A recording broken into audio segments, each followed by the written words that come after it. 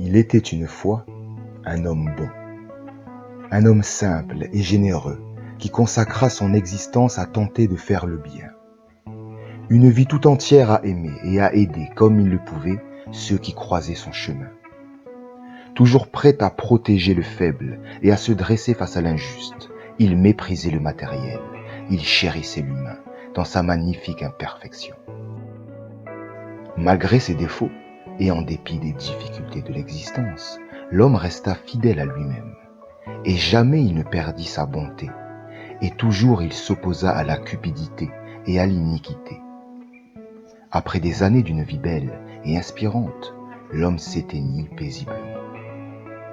C'est alors que son esprit s'éleva, très haut, par-delà le ciel, vers la lumière. Le temps n'existait plus. L'homme finit par arriver en un lieu qu'il ne pouvait imaginer. Un havre paisible et lumineux entre ciel et terre. Soudainement, dans un éclair de lumière, arriva un personnage impressionnant. Être de chair ou esprit, qui peut le dire?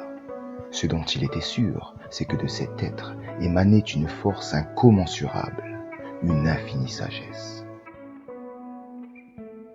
Bienvenue, homme bon. Tu es ici dans la lumière. Je suis le gardien du temple, et mon rôle est de t'indiquer là où est ta place. Sache que de toi je sais tout. Toi qui as su te soucier de ton prochain. Toi qui as su pardonner aux plus faibles et rassurer les plus démunis. Toi qui, en dépit des conséquences, as su te dresser face aux malveillants qui voulaient te dominer et te corrompre. Sache que ta place est auprès des justes. Gardien du temple, je suis reconnaissant de ton accueil. J'ai vécu comme mon cœur me le dictait, et malgré mes efforts, je n'ai pas été parfait. Et pourtant, tu m'accueilles avec douceur et tu veux me conduire auprès des justes. Merci. Cependant, j'aurais une faveur à te demander. Je m'inquiète pour ceux que j'ai connus et qui n'auront pas comme moi la chance d'être accueillis chez les justes. Où iront-ils? Ta curiosité sera assouvie, car tu le mérites. La gardienne des portes te guidera, là où vont ceux qui ont aimé la poussière plus que la lumière. Puis, elle te ramènera chez les justes, où tu es attendu. C'est alors qu'apparut la gardienne des portes, magnifique et mystérieuse, accompagnée de son lion immense et majestueux. Sans un mot, elle invita l'homme bon à la suivre. Là où le temps n'existe pas, on ne peut mesurer les distances, et ils entreprirent un voyage à travers une plaine, à l'allure étrangement familière.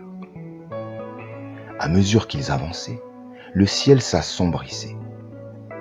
La gardienne des portes laissa alors l'homme au pied d'un escalier de pierre. C'est seul qu'il devrait continuer sa route. À mesure qu'il gravissait les marches, la lumière faiblissait. Quand il eut dépassé la dernière, l'homme découvrit une sinistre forteresse, semblant émerger de l'ombre. Comme glissant hors de l'obscurité, un être étrange, mi-homme, mi-serpent se présenta.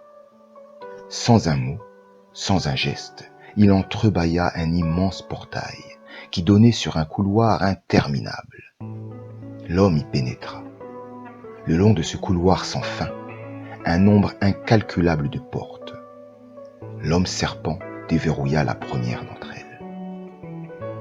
Dans la pénombre, l'homme bon put apercevoir une gigantesque pièce dans laquelle régnait un climat oppressant. Au centre de cette salle, une table aux dimensions irréelles.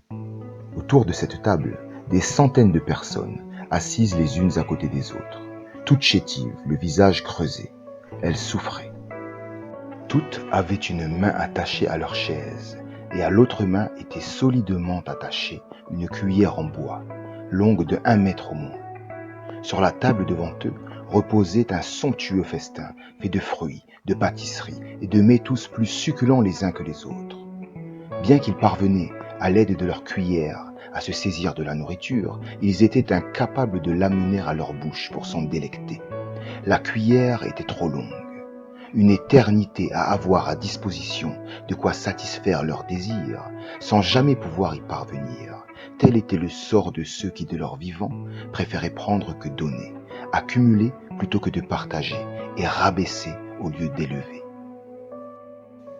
Cette vision emplit l'homme bon d'une immense tristesse, et il décida de retourner à la gardienne des portes.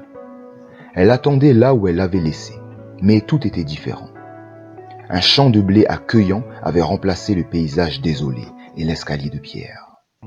Comme si de rien n'était, ils engagèrent alors un nouveau voyage, à travers une prairie boisée, dont les parfums enivrants auraient pu réchauffer le plus glacial des cœurs, droit vers la lumière. Leur route les conduisit en un lieu époustouflant. Une large rivière se frayait un chemin dans une vallée creusée entre des montagnes verdoyantes. Elle finissait en cascade, alimentant un bassin arboré, dans un fracas étonnamment doux et apaisant. Dans un aveuglant éclair de lumière apparut de nouveau le gardien du temple. Ici, point de forteresse ou de portail. En s'approchant du flanc de l'une des montagnes, l'homme bon aperçut une ouverture dans la roche, puis une autre, puis une multitude. Le gardien lui indiqua l'une d'elles, celle où il était attendu. En la franchissant, quelle ne fut pas sa surprise en découvrant une scène quasi identique à celle dont il fut témoin dans la sinistre forteresse. Quasi identique, sauf qu'une chaude lumière illuminait la pièce. Les centaines de convives qui siégeaient à la table semblaient heureux et repus. Pourtant, les conditions étaient similaires. Une main attachée à leur chaise et l'autre munie d'une longue cuillère. Les mêmes festins à leur portée. La seule, l'infime, l'immense différence était là. Chacun, ne pouvant se repaître des mets délicieux du fait de la longueur de la cuillère, s'évertuait à en faire profiter son voisin. Ainsi, chacun, dans un élan de bienveillance et de générosité, s'il ne pouvait assouvir son désir, s'efforçait de satisfaire celui de son voisin. C'est alors que l'homme bon comprit. Nulle punition n'existe que celle que nous nous imposons, à nous-mêmes et à nos semblables. L'enfer n'est pas l'autre, non. L'enfer n'est que le reflet de notre cœur, et le paradis existe en chacun d'entre nous. Il s'ouvre à nous à mesure qu'il s'ouvre en nous, et il n'est que le reflet de notre cœur.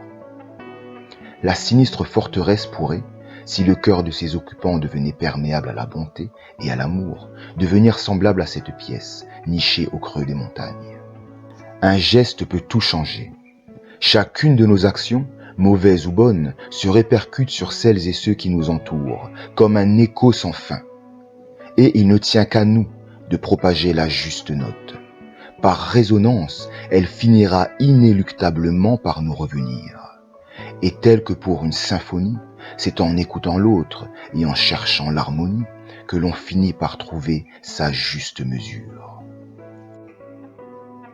Suis-je le gardien de mon frère ? Oui, je le suis, car nous ne formons qu'un seul et même troupeau. Et si j'ai, alors nous avons. C'est ainsi que l'homme bon prit place à la table des justes. Il intégra la lumière et le sens qu'il donna à son existence se perpétua jusqu'à la fin des temps.